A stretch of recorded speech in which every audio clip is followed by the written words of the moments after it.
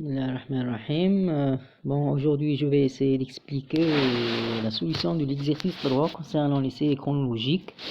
Bon, au niveau de cet exercice, on demande de modéliser le problème en utilisant les séries chronologiques avec un modèle multiplicatif.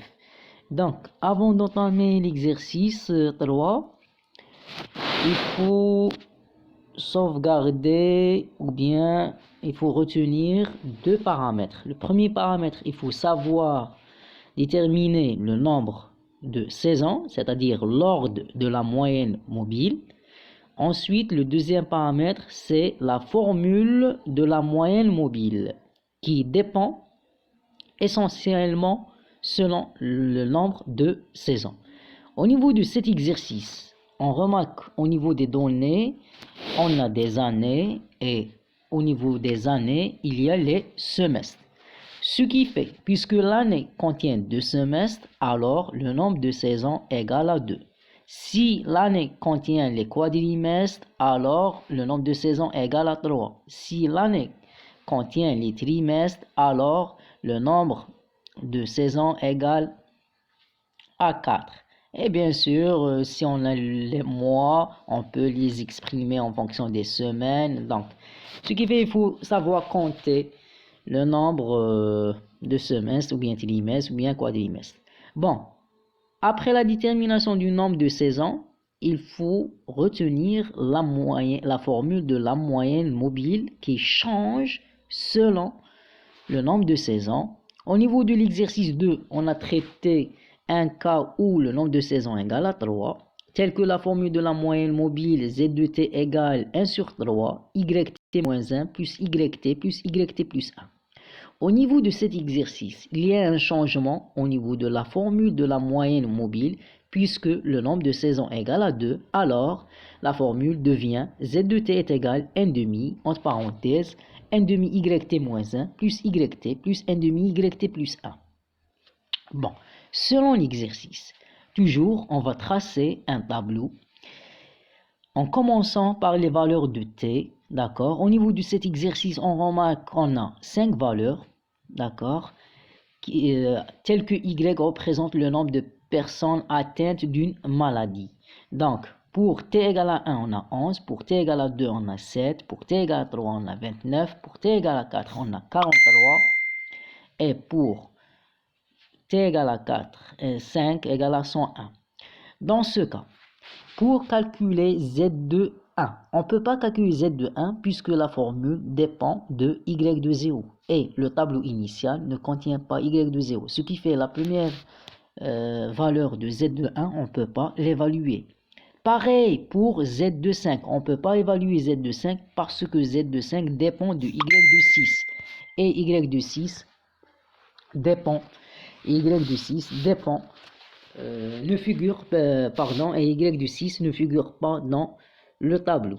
Ce qui fait on va évaluer Z de 2, Z de 3, Z de 4. Je vais expliquer le principe comment calculer Z de 2.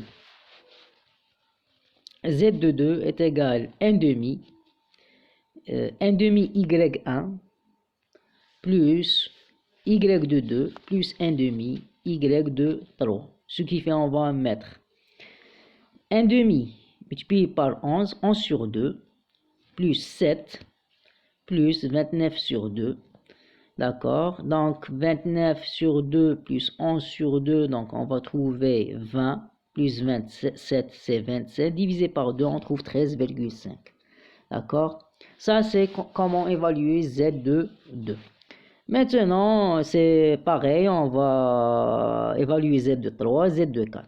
L'étape suivante, au niveau des séries chronologiques, il faut répondre à la question suivante. Est-ce que la tendance est linéaire ou bien exponentielle? Bon, pour répondre à cette question, on doit évaluer toujours la mesure suivante, Z de T moins ZT moins 1. Si on trouve constante, alors on parle d'une tendance linéaire, comme le cas de l'exercice 2, d'accord, sachant que XT est égal à T plus B. Et ZT slash, si on trouve ZT sur ZT moins 1 constante, alors on parle d'une tendance exponentielle, telle que la tendance exponentielle est exprimée en fonction de A puissance T multiplié par B. Bon, au niveau de cet exercice, si on mesure la différence entre ZT et ZT-1, on remarque qu'on a 13,5 et 27, alors on ne trouve pas une constante, ce qui fait qu'on doit passer à l'évaluation du quotient Z de T slash ZT-1, et on remarque clairement que 27 divisé par 13,5, on trouve 2, et 54 divisé par 27 est égal à 2, ce qui fait notre tendance, elle est exponentielle. Bon, le modèle donc s'exprime en principe, il faut écrire que xt est égal à puissance t, petit a puissance t fois b, comme au niveau de cette formule, xt est égal à puissance t fois b. Donc après l'application de ln, c'est-à-dire l'objectif est de transformer cette formule à une transformation linéaire. Dans ce cas, ln de xt est égal à ln a multiplié par t plus ln b, ce qui fait grand x' de t est égal à t plus b avec a, grand a est égal à ln petit a et b est égal à ln petit b. D'accord? Et bien sûr, le grand A, c'est covariance entre T ln de Y, d'accord? Entre T ln de Y. Donc, il faut faire attention ici. Donc, A, c'est covariance entre T ln de Y sur variance de T, et grand B est égal à ln Y bar moins A multiplié par T bar. Maintenant, comment calculer la covariance T ln Y? Tout simplement, covariance T ln Y, c'est T ln Y tout bar moins T bar multiplié par ln Y bar. La variance de T, que ce soit tendance linéaire ou bien exponentielle, reste toujours la même. Var de T est égal à n au carré moins 1 sur 12, avec n représente le nombre de points. T ln Y bar, c'est la sommation de TI multiplié par ln YI divisé par grand N. T bar, c'est la somme de TI divisé par N. ln Y tout bar, c'est la somme de ln YI divisé par grand N. Ce qui fait, au niveau du tableau initial, on va construire un nouveau tableau qui contient deux composantes, la valeur de T, et on applique le ln sur Y. Au niveau de ce tableau, en principe, pour calculer la moyenne ln Y bar, tout simplement, c'est la somme des éléments de cette colonne, c'est-à-dire 2,398 plus 1,946 plus 3,367 plus 3,761 plus 4,615, et je divise par 5. Et on trouve la moyenne ln Y bar est égale à 3,217 si on prend 3 chiffres après la virgule.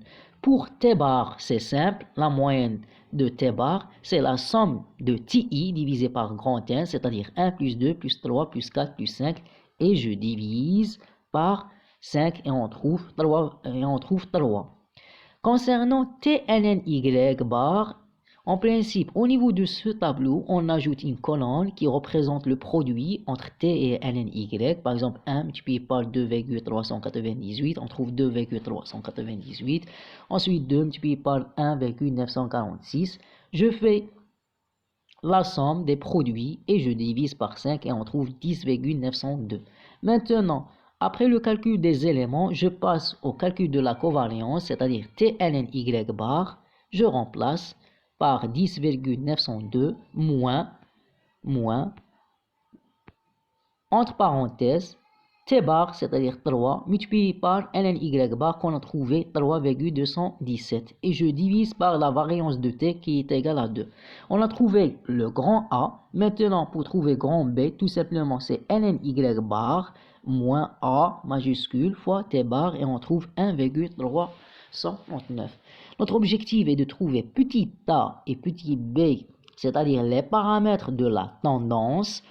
Et dans ce cas, on a fait le changement et on a dit que pour trouver a, tout simplement, on applique le exponentiel de grand A, pareil pour le paramètre b.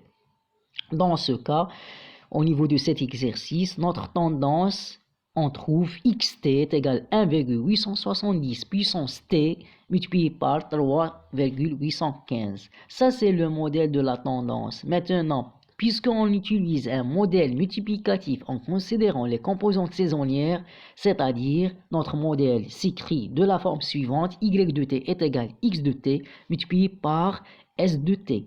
Dans ce cas, s de t représente le quotient y de t par x de t. Maintenant, comment évaluer les composantes saisonnières s de t? Tout d'abord, on doit calculer xt en remplaçant la valeur de t au niveau de l'expression de la tendance exponentielle, c'est-à-dire 1,870 puissance 1 multiplié par 3,815 et je trouve la valeur 7,134 pour x de 1. Pareil pour les autres valeurs.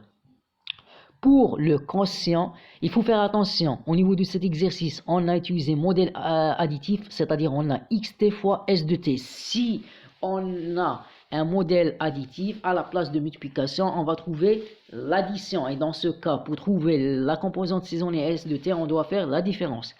Il faut retenir une chose, au niveau des séries chronologiques, il y a deux modèles, modèle multiplicatif et modèle additif. Si on a un modèle additif, alors la somme des SI doit être égale à 0. Si on a un modèle multiplicatif, la somme des SI doit être égale au nombre de saisons.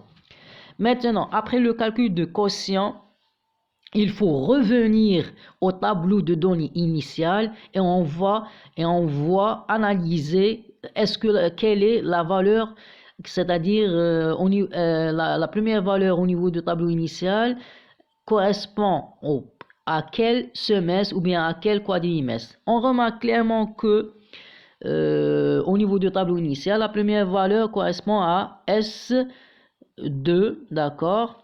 Donc, on a S2, ensuite on a S1, ensuite S2, ensuite S1, ensuite S2. Et dans ce cas, on a trois valeurs qui correspondent à la première composante saisonnière, c'est-à-dire on va faire 1,542 plus 1,162 plus 1,158 et je divise par 3 parce que j'ai 3 valeurs et dans ce cas on trouve 1,287. Pour la moins S2, on a pris 2 valeurs et dans ce cas je fais la somme divisée par 2. On remarque clairement, lorsqu'on fait la somme des SI, on trouve 2,011 qui est différent par rapport à 2. Dans ce cas, on est obligé de faire un ajustement en calculant une constante, une composante C qui est égale, si on a un modèle additif, on fait la somme des SI d'une façon générale, la somme des SI moins le nombre de saisons et je divise par le nombre de saisons. Ça, si on a un modèle multiplicatif. Si on a un modèle additif, c'est la somme des SI et je divise par le nombre de saisons. Donc, on trouve que la constante est égale à 0,006. Après, on fait l'ajustement. S1 reçoit S1 moins C. S2 reçoit S2 moins C. Si je fais la somme et je trouve pas 0, par exemple, à la place de moins C, je fais plus C, d'accord? En principe, à la fin, toujours, si on a un modèle multiplicatif, la somme des composantes saisonnières S est égale à 2 si on a un modèle 2, c'est-à-dire puisque le nombre de saisons est égal à 2. Ce qui fait notre modèle à la fin s'écrit de la forme suivante, y de t égale x de t fois s de t, avec x de t est égal à 1,87 puissance t multiplié par 3,815. S de 1 est égal à 1,282. S2 est égal à 0,0.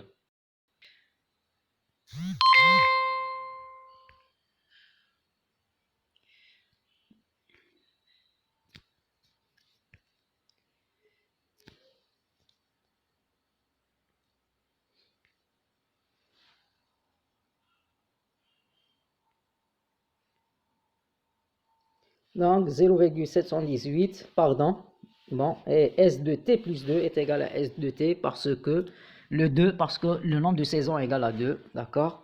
Ça, c'est le modèle en utilisant un série chronologique avec modèle multiplicatif. Et au niveau de cet exercice, on a une tendance exponentielle. Maintenant, pour déterminer le nombre de personnes au premier semestre de l'année 2021, on a en principe l'année 2019, 2020, en principe, d'accord? Donc, selon les données, donc, il faut incrémenter t égale à 6. Je remplace y6 égale x de 6 fois s de 6. Donc, c'est simple. X de 6, c'est 1,87 puissance 6 fois 3,815. Et S de 6, c'est S de 4 plus 2 est égal S de 4 et S de 4 est égal S2 plus 2 est égal S de 2, c'est-à-dire je dois multiplier par 0,718 et je trouve 117,13 implique, puisqu'on a un nombre de personnes, c'est-à-dire on doit garder un nombre entier 118. Merci, j'espère que c'est clair pour j'espère que c'est clair pour cet exercice. J'espère que c'est clair la solution. Si vous avez des questions, vous pouvez me contacter. Merci.